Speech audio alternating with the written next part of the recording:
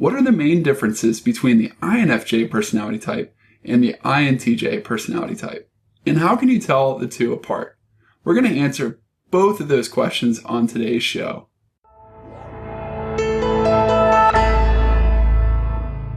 To start, why is there so much confusion between the INFJ and INTJ personality type? There's a number of reasons.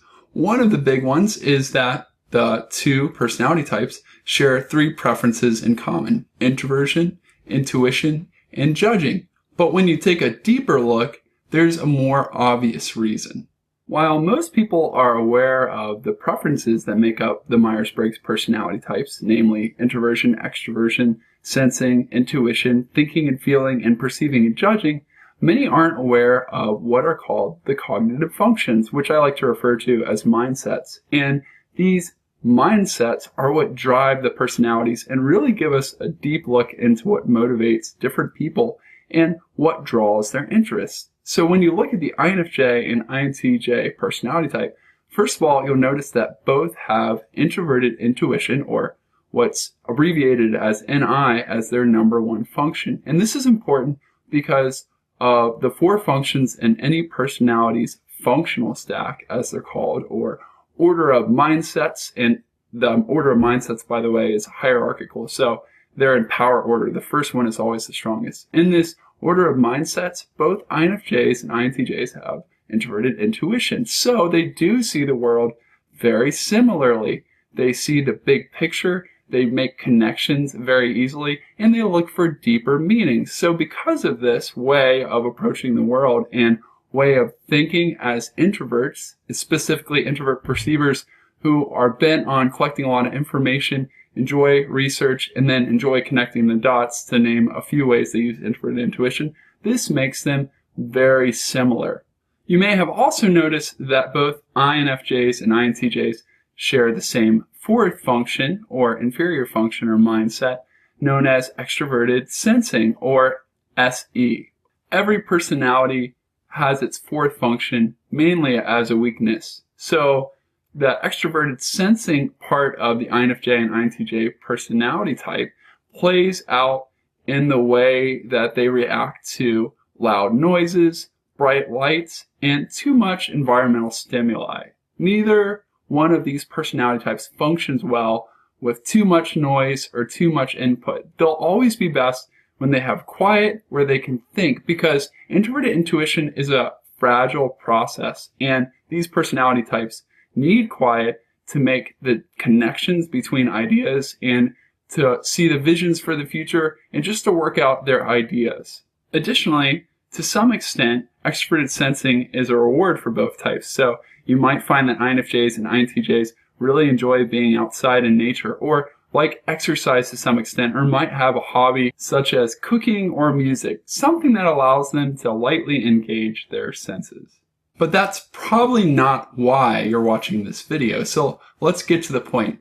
What are you going to notice first between the INFJ and the INTJ regarding their differences?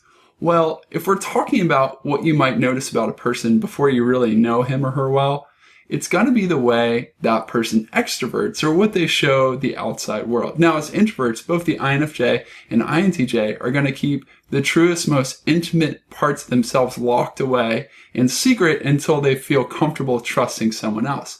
But what you will notice, first off, about the INFJ is that he or she is going to be concerned with other people's well-being, their comfort, and their acceptance in the group.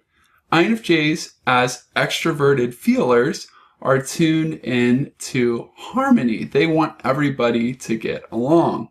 Oftentimes, this desire for harmony is so strong that INFJs will suppress their own personal desires to meet the needs of other people. Furthermore, this extroverted feeling function colors the way the INFJ uses his or her introverted intuition. So naturally, INFJs will typically be interested in things that help people or help humankind on a grander scale. They will be largely interested in psychology, in personal growth, and the development of other types. Another thing you can keep in mind about INFJs and the combination of extroverted feeling and introverted intuition is that oftentimes INFJs are known for picking up the feelings of other people even without trying it. They almost absorb them, so much so that they have a hard time discerning what feelings are their own and which ones are those of other people that they've picked up. In contrast, INTJs use a function or mindset known as extroverted thinking.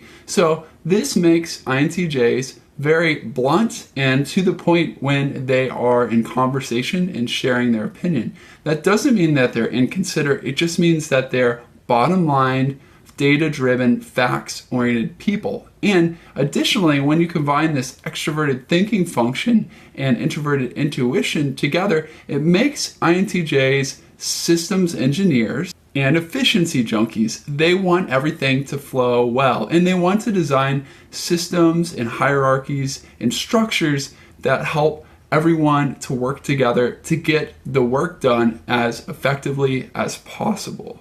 While INTJs are also often interested in psychology, they typically gravitate toward the maths and sciences as well as the technology industry. Another helpful way to tell the two types apart is to take a look at their third function. So I've titled this Philosopher or Mediator. And I don't know if those terms are the best, but there certainly is some aspect of each within the INFJ and INTJ personality types respectively. When you look at the INFJ personality type functional stack or hierarchy of functions, you'll see that the third function or mindset for the INFJ is something called introverted thinking, which is often abbreviated TI. Introverted thinking makes people interested in acquiring and categorizing large amounts of knowledge. So INFJs are good to some extent or another, not as good as the INTP or the ISTP, but they're somewhat good at acquiring and organizing knowledge. In fact, you'll notice that the extroverted feeling and introverted thinking are back to back. So they are somewhat balanced. Now, certainly most INFJs are better at using their extroverted feeling, but introverted thinking isn't too far behind. So INFJs are good at coming up with specific solutions for problems, customized solutions for problems, and they do enjoy answering the deep philosophical questions of life. Furthermore, this introverted thinking mindset makes INFJs interested in things like productivity and technology as well. But it's important to point out that introverted thinking, as opposed to extroverted thinking, which INTJs use, is concerned with personal autonomy, as opposed to extroverted thinking, which is concerned with controlling other people in the outside environment or an organization to make it more productive.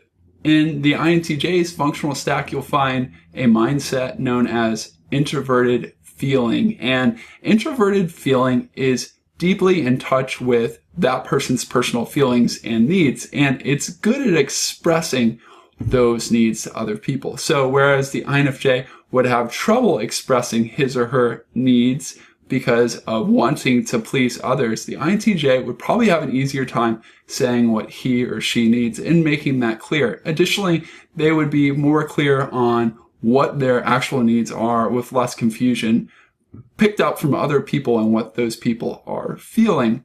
People with introverted feeling as a mindset are often great advocates for the people that are unable to defend themselves and take care of themselves. And they're also really good mediators.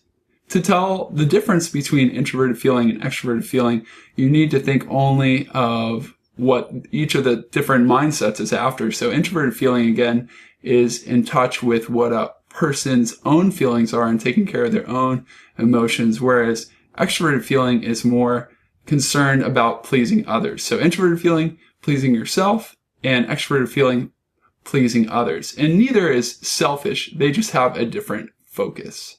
To be completely fair, I should wrap up by saying again that the number 2 and number 3 mindsets for both the INFJ and INTJ are somewhat balanced. So it does make telling the two types apart challenging. But I'd encourage you to look to that second function, because that could be one of the most helpful ways to tell the two types apart, especially in terms of how it colors the introverted intuition, because it's certainly going to color what the type is interested in, and it's going to color the way that type interacts with other people. If after watching this video you're still not quite sure whether or not you're an INFJ or an INTJ and you'd like to learn some more about the INFJ personality type, then I'd love to give you a free gift. You can get a copy of my recent ebook, The INFJ Personality Type, to get a deep understanding of the mindsets that drive this type and what motivates INFJs. You'll also learn about some of the common challenges that INFJs wrestle with and the ways to overcome those challenges. To grab your own copy of the INFJ Personality Guide, text the letters INFJ to the number 444999, or visit the link that I'll post below this video, which is ispeakpeople.com/INFJ-personality-guide. Thanks for watching this video today. I hope that you found it helpful. If you are an INFJ and you haven't yet subscribed to the channel, I encourage you to do that. I'm putting out new videos every week for INFJs just like you. I'll see you on the next video.